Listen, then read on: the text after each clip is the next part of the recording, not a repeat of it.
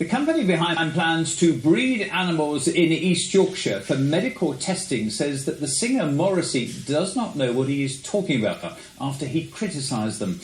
The government granted B&K Universal planning permission to breed dogs for animal research in Grimsby, despite long-standing opposition. Last Friday, the singer called on the government to scrap the plans ahead of a concert in Hull. The company has called his comments laughable and ill-informed.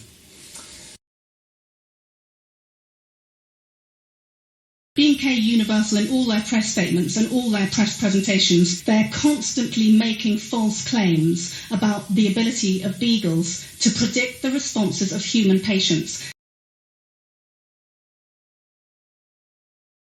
Dogs are vital for medical research in that they provide a second species that allows us to verify that the drugs are safe before they go into humans.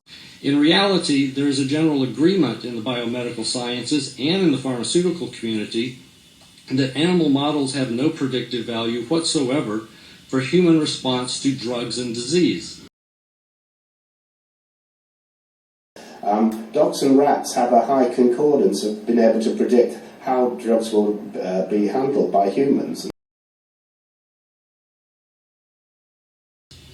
Predictive value is the primary justification for using animals to study diseases and drugs. It is also the basis for all other rationalizations and justifications, and it is demonstrably false. If a drug is given to a human being and you want to know how much of that drug is available in the tissue to affect the organ that needs to be affected, studying an animal will give you absolutely no idea whatsoever. Today we are in the era known as personalized medicine. This means that we want to match a drug to your genetic profile, not your mother's, not your sister's, and certainly not mine. There is no more one-size-fits-all in medicine. For years we have known that men and women react differently to drugs and disease. We have known that ethnic groups vary in their reactions to drugs and disease. But recently we have also learned that identical twins sometimes differ in their response to drugs and disease. If two identical twins do not always react the same way to drugs and disease, then it is impossible that animal models, genetically modified or not, are going to have any predictive value for humans. It's important that we continue to provide them. It's going to be breeding around 2,000 beagles annually, selling them for between £1,000 and £3,000 each. The reason that animal testing is conducted today is more for legal reasons than scientific. There's a 65-year-old law that requires drugs to be tested on a rodent and a non-rodent species before it goes to humans. The science has moved forward by 65 years since then. The laws have not yet caught up to the science. What we need is a serious scientific debate, scientist versus scientist. Let the public be the ultimate judge. Let them hear both sides. Why hasn't there been a debate? It's political. There are also industry interests involved.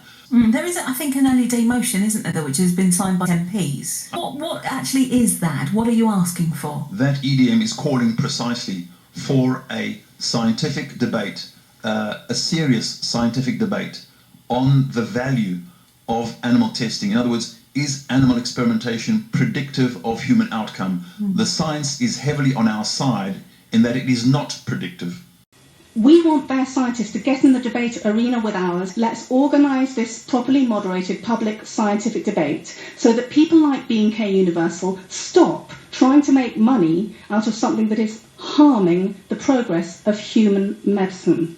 HIV is considered the modern-day polio, and the polio vaccine would have been available 40 years before had not monkey research misled the researchers on the origin of the disease. That is just one example. I've written 5 books that have hundreds more. Do not take somebody's word for it. Do not take my word for it.